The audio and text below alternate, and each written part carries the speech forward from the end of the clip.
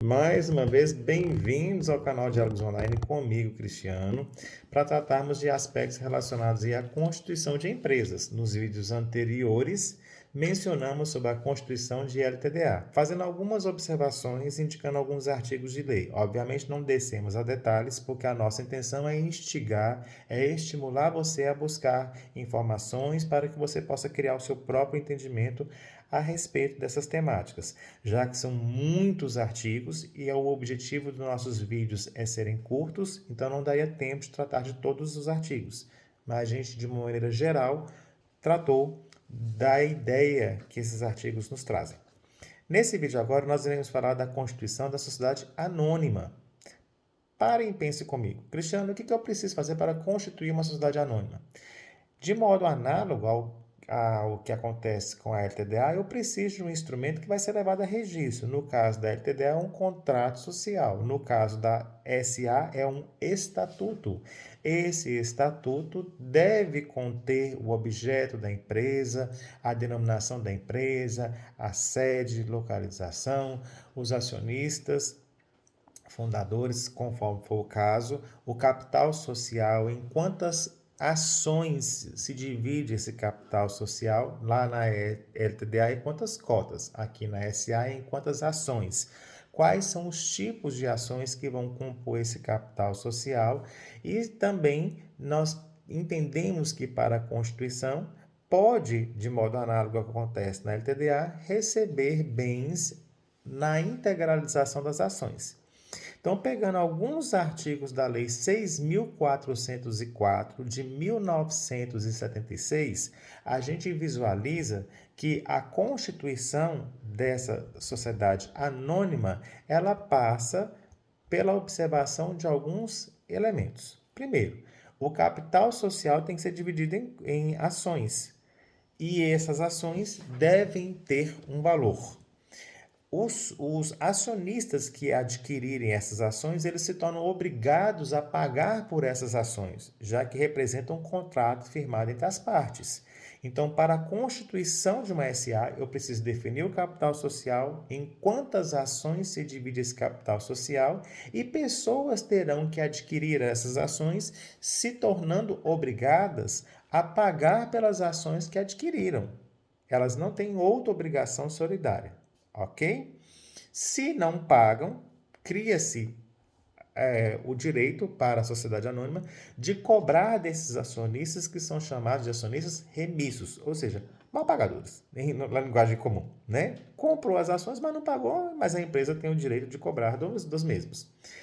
Eu também preciso definir qual que é o objeto social dessa empresa. Eu preciso saber qual que é a denominação. Então, de acordo com o artigo 1º, o artigo 2º, o artigo 3º, a gente tem lá a responsabilidade do acionista perante a formação do capital, a gente tem a indicação no artigo 2º qual que é o objeto social que deve ser indicado nesse estatuto. Olha para você ver o que fala o parágrafo 1º do artigo 2º. Qualquer que seja o objeto, a companhia é mercantil, ou seja, ela é empresária, e rege-se pelas leis e usos do comércio. O estatuto social não é contrato social. O estatuto social definirá o objeto de modo preciso e completo. Observem, tem algumas diferençazinhas, mas a ideia é de quase que a mesma contida dentro de uma LTDA, o processo de constituição. Tá? Não é idêntico, mas é parecido. A gente raciocinando lá, a gente consegue deduzir, com base na Lei 6.404, como que seria o procedimento. Tá? Nessa denominação, o contrato social também vai indicar a denominação da empresa, seguidas da sigla SA ou companhia. Né? Lembrando que SA pode vir no início do nome, no meio do nome ou ao final do nome. O termo companhia só pode vir no início ou no meio do nome, jamais ao final, de acordo com as regras contidas aí na lei da SA. Eu preciso também definir se essa minha empresa será uma empresa de capital aberto ou fechado. Para a constituição de uma SA, isso tem que estar definido. A empresa de capital aberto é aquela que vende ações no mercado acionário, no mercado de capitais, para quem quiser comprar. Então, a compra das ações são livremente pactuadas entre os acionistas. Na companhia fechada já existe restrição para a negociação dessas ações do mercado de capitais. Elas não são livremente negociadas, vamos dizer assim, porque a companhia tem o capital fechado. Então, não é qualquer pessoa que entra, qualquer pessoa que sai. O estatuto vai definir regras relacionadas com essa questão de negociação das ações da empresa de capital fechado, mesmo porque a empresa de capital fechado ela não pode emitir determinados títulos, determinados valores imobiliários para serem negociados no mercado de capitais. Essa é uma outra diferença também, tá? Esse capital social, de acordo com o artigo 5º, ele tem que ser definido em moeda nacional, não pode ser em moeda estrangeira.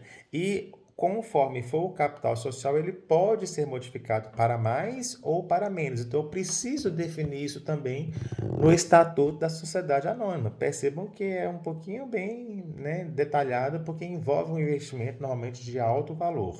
Esse capital, como mencionamos, ele pode ser construído por bens ou por dinheiro. Os bens, da mesma forma que acontece na sociedade limitada, ele tem que ser passível de apreciação, apuração em valor monetário, avaliação em dinheiro, ok? Dentro do contexto das ações que a gente começou a mencionar, a gente precisa entender que o estatuto ele fixa o número de ações que esse capital está dividido, se essas ações terão ou não valor nominal. Está lá no artigo 11 da Lei 6.404. Tá? Também precisamos pensar que no contexto de ações, a gente precisa definir quais são as classes e espécies. Aonde eu vou encontrar isso?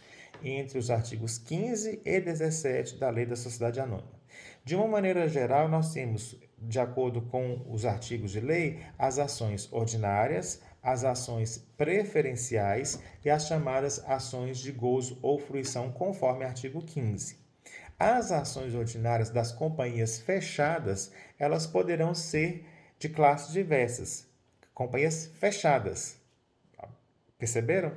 Existe também a possibilidade de que as ações possam ter direito de voto plural, ou seja, uma ação pode votar mais de uma vez, equivaler a 5, 6, 10 votos, conforme for o caso. Tá? As ações preferenciais, elas terão prioridade no direito de receber dividendos, no direito de reembolso de capital ou acumular esses dois direitos, ok? Então, para constituir uma SA, a gente pensaria nessas situações e aí a gente vai dar sequência no nosso vídeo mencionando sobre o que a Lei 6.404 fala especificadamente sobre constituição de empresa SA através de oferta pública de ações. Fechamos? Vamos lá para o nosso próximo vídeo.